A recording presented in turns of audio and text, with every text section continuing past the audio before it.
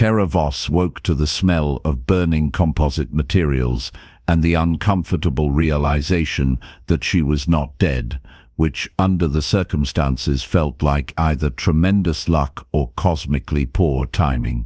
The escape pod had done its job in the most technical sense. She had survived atmospheric entry, but the landing had been less controlled descent than barely directed catastrophe. She lay still for a moment, taking inventory of her body with the methodical attention of someone who understood that panic was a luxury she could not afford. Everything hurt, but everything also moved when she told it to, which suggested she had avoided anything genuinely catastrophic in the skeletal or organ departments.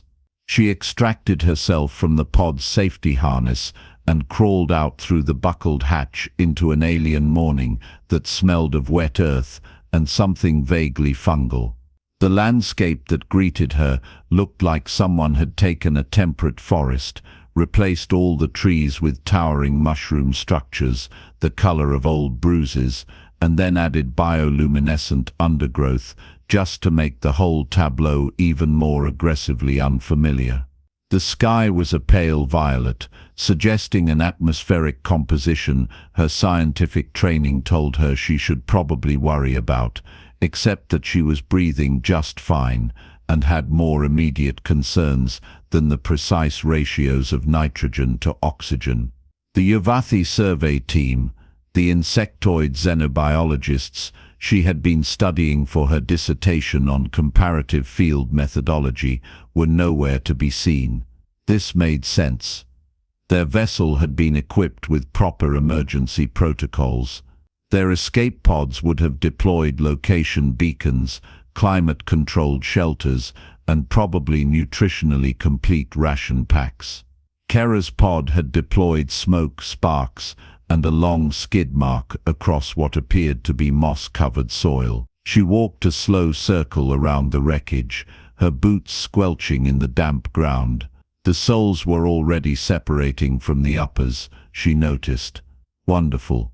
Her jumpsuit was torn along one sleeve and across the back, providing excellent ventilation she had not requested and did not particularly want.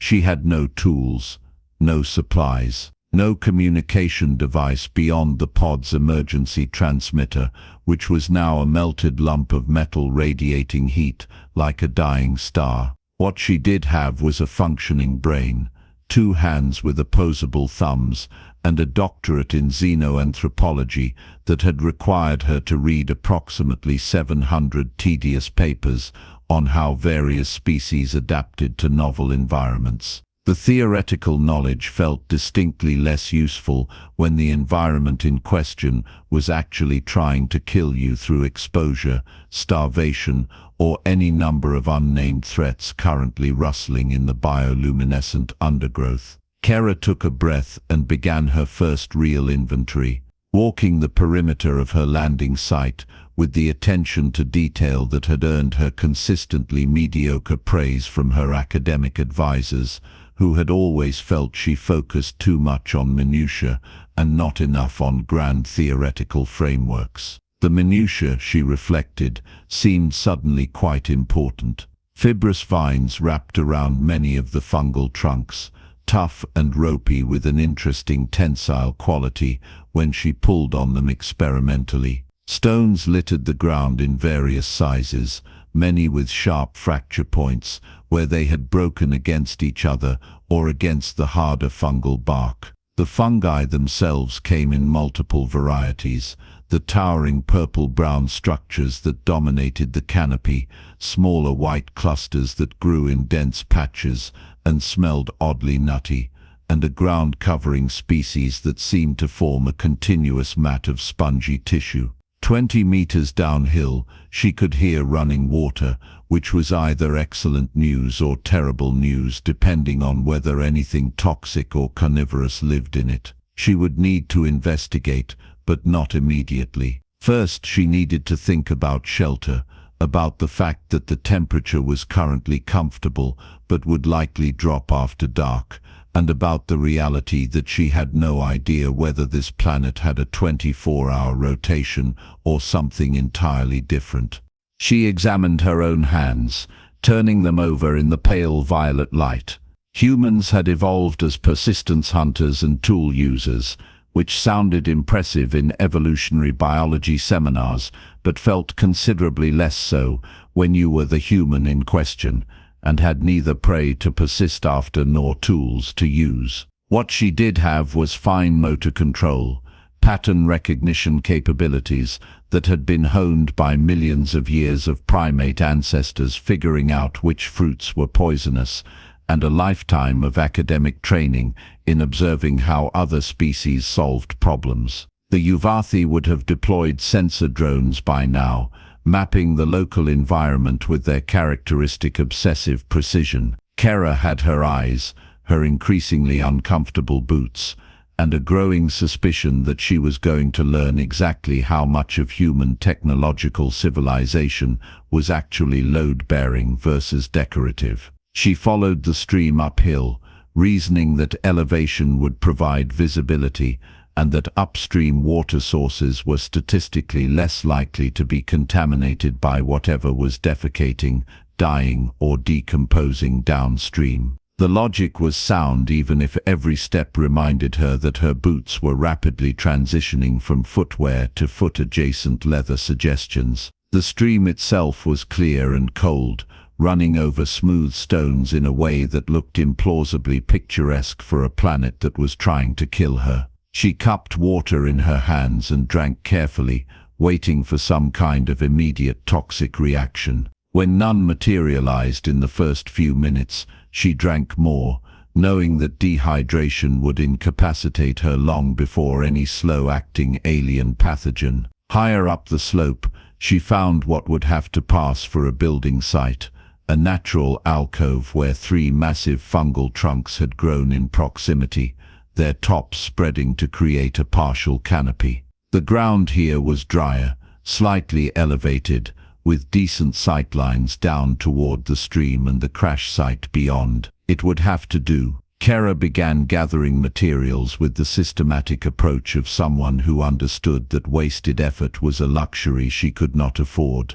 The broad, waxy leaves from a low-growing plant species seemed water-resistant when she tested them, beading moisture rather than absorbing it. Fallen fungal bark peeled off in curved sheets, brittle but potentially useful for structural elements. The moss that covered much of the ground came up in thick, fibrous mats that held together reasonably well. Her first attempt at shelter was architecturally offensive and structurally questionable, but it existed, which put it ahead of every shelter she had not built. She leaned the curved bark sections against the natural alcove formed by the fungal trunks, layering the waxy leaves over them in overlapping rows that reminded her of roof shingles, assuming roof shingles were installed by someone who had only ever seen roofs described in vague theoretical terms. The moss went on top as a final layer, held down with stones and more of the fibrous vine.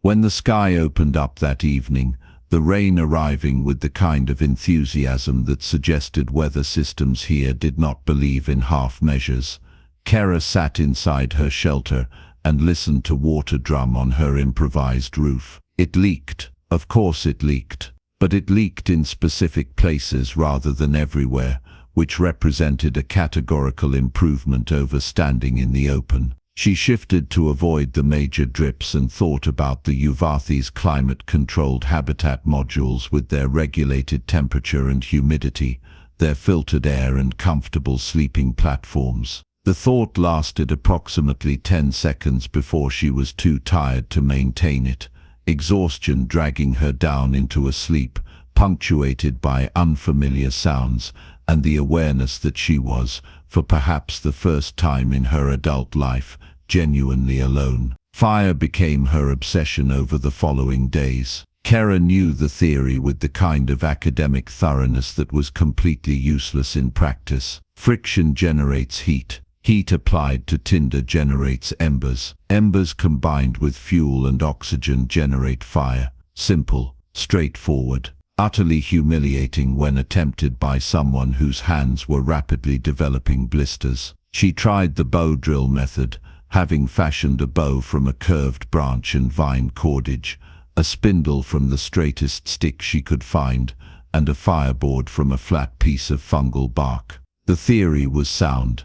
The execution was a comedy of errors that would have been funnier if hypothermia were not a genuine concern once the sun set and the temperature dropped. The cordage kept snapping, the spindle kept slipping. The fireboard developed a depression that filled with powdered bark but no actual ember.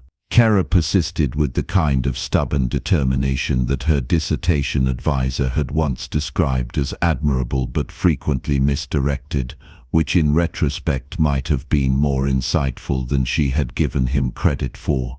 On the fourth day, or possibly the fifth, she was losing track. She achieved what could charitably be described as smoke. Actual, visible smoke rising from the fireboard's depression. She increased her bowing speed, leaning into the spindle with her stone handhold, ignoring the screaming protests from her shoulders and the blisters that had developed on top of her original blisters. The ember, when it finally appeared, was tiny and orange, and the most beautiful thing she had ever seen. She transferred it with shaking hands to her carefully prepared tinder nest. Dried moss, shredded fungal fibers, and the finest plant material she had been able to gather, and blew on it with the gentle insistence of someone coaxing a newborn into its first breath. The flame caught. Actual fire growing from ember to flicker to genuine combustion as she fed it progressively larger pieces of dried material. Kerra sat back on her heels and watched it burn, feeling a disproportionate surge of triumph that she knew was chemically just her brain rewarding her with dopamine, but which felt, in that moment, like proof that human stubbornness could in fact overcome alien indifference. That night she roasted one of the nutty-smelling white fungi over her fire, having determined through cautious experimentation that they did not cause immediate gastric distress when consumed raw in small quantities. Cooked, they tasted like mushrooms crossed with charcoal, which was not exactly haute cuisine, but represented a significant improvement over raw fungi or starvation. She named the meal Wednesday dinner, despite having absolutely no idea what day it actually was, because maintaining some connection to arbitrary human timekeeping felt important for reasons she could not entirely articulate. Kerra began to notice patterns in the local fauna. Small, six-legged creatures with iridescent shells emerged at dawn to feed on the fungal mat, moving in quick, nervous bursts. They fled from sharp movements but seemed almost oblivious to slow, deliberate ones. She watched them for hours, noting their behavior with the attention to detail that had made her a mediocre student of grand theory, but an excellent observer of actual organisms. She needed protein. The fungi and tuberous roots she had discovered growing near the stream provided calories and probably some nutrients, but human biology had not evolved to thrive on vegetation alone, whatever certain dietary philosophies claimed. Protein meant hunting. Hunting meant weapons. Her first attempt was a throwing stick, a straight branch with a stone lashed to one end using increasingly sophisticated vine cordage. She spent an entire afternoon practicing her throw, adjusting for the lighter gravity and trying to account for the creature's erratic movement patterns. The results were humbling. The stick sailed past, over and around her targets with the kind of consistency that suggested she had a genuine talent for missing. She adjusted her approach, watching the creatures more carefully. They followed predictable paths between feeding areas. They paused in specific locations, places where the fungal mat was particularly thick or where moisture collected. Predictable behavior meant opportunities. Her first successful trap was a deadfall, a flat stone propped at an angle over one of the regular feeding paths, supported by a trigger mechanism made from carefully balanced sticks and baited with fungal scraps. The engineering was crude, but when she checked it the following morning and found one of the iridescent creatures crushed beneath the stone, she felt another surge of that same disproportionate triumph. The meat was lean, almost stringy, but it roasted well over her fire and tasted like victory with notes of something vaguely crustacean. She also crafted a spear, because humans had been crafting spears for approximately 400,000 years, and the basic design had not changed much because it worked.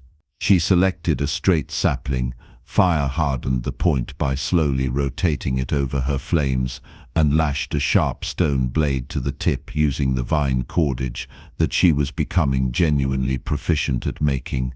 The spear became her constant companion, useful for defense against anything that might object to her presence, for testing ground stability, and eventually for fishing in the deeper pools downstream where larger aquatic creatures moved in lazy circles. Trial and error taught Kerra the local cuisine with the kind of intimate knowledge that came from mild poisoning and digestive distress. The white fungi were safe when cooked. The purple-brown ones caused stomach cramps.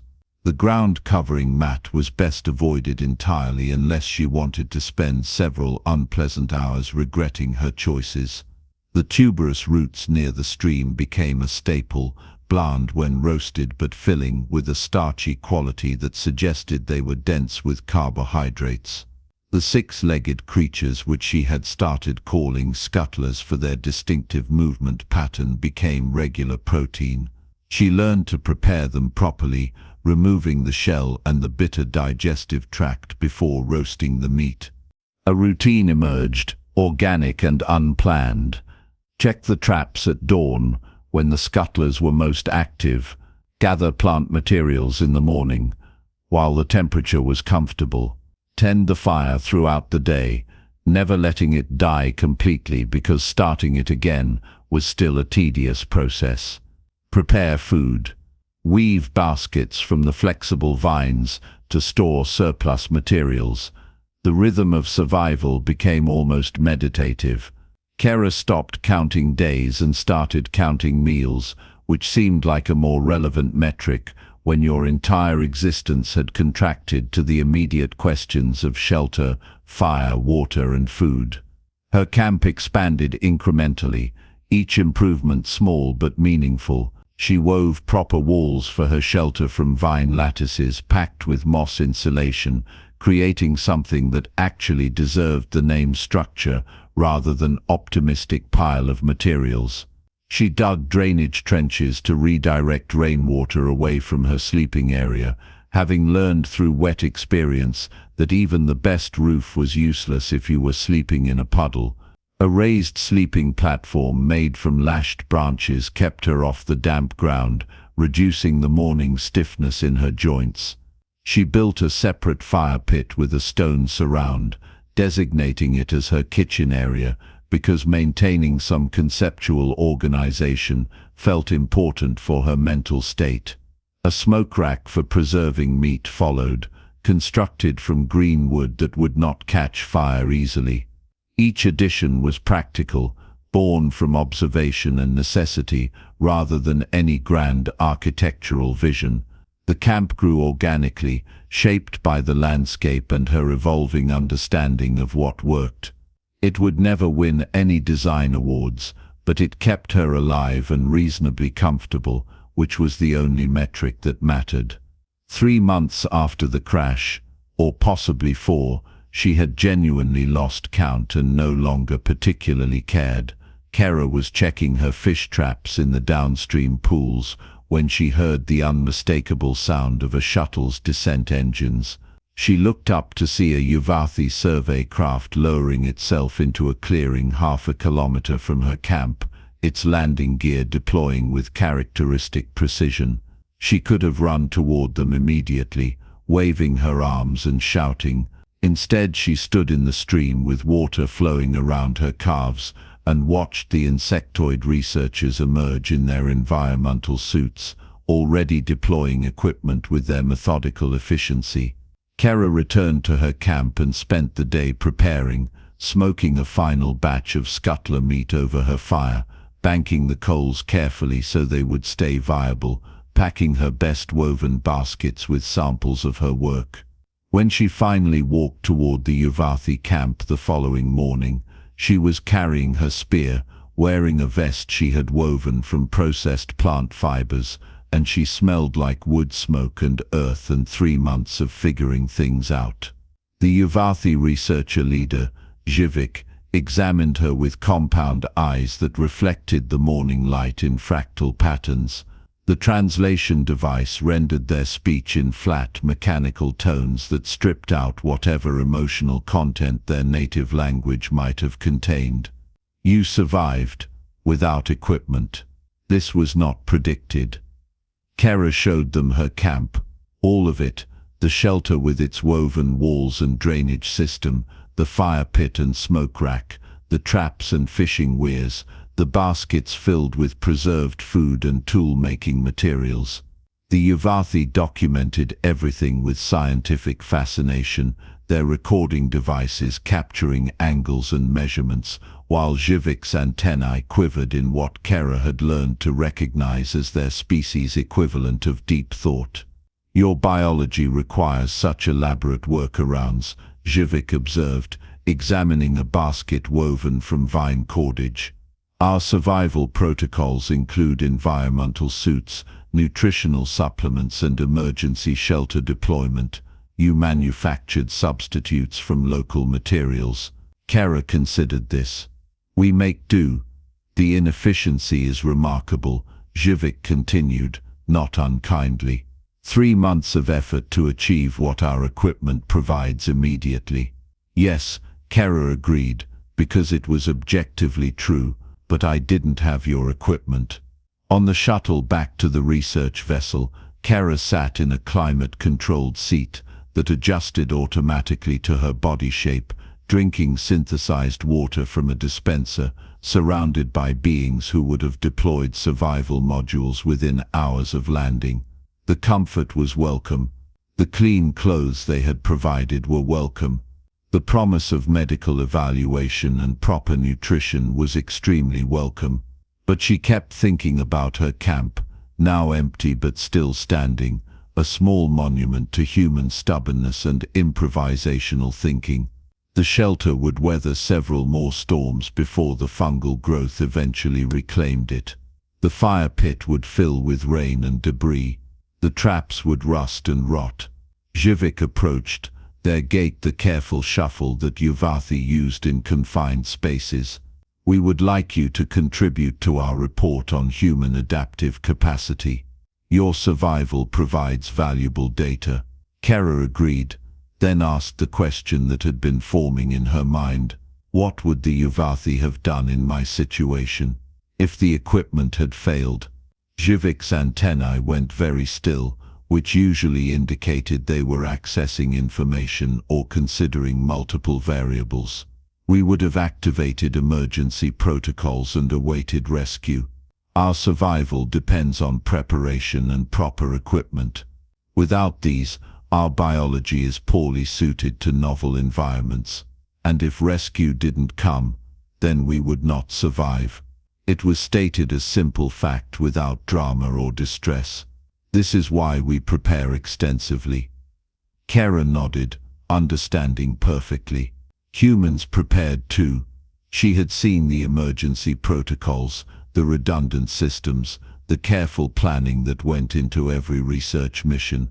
But their real skill, the thing that had taken them from persistence hunters on the African savanna to a species that built cities and spacecraft and dissertations on comparative field methodology, had always been in figuring things out when preparation failed, when the equipment broke, when there was nothing left but observation, patience, and the quiet determination to make something from nothing.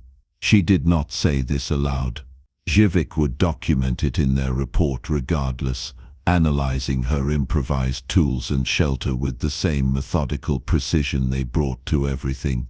The irony seemed sufficient on its own, that human adaptability looked like inefficiency from the outside. that what appeared to be elaborate workarounds were actually the baseline capability of a species that had spent its entire evolutionary history making do. The research vessel appeared in the viewport, growing larger as the shuttle approached. Kerra finished her synthesized water and thought about fire, about the specific joy of that first ember catching, about the taste of charred mushrooms and smoked scuttler meat. She thought about her camp, empty now but still standing, and allowed herself a small smile that Jivik would probably document as another curious example of human facial expressions and their ambiguous meanings.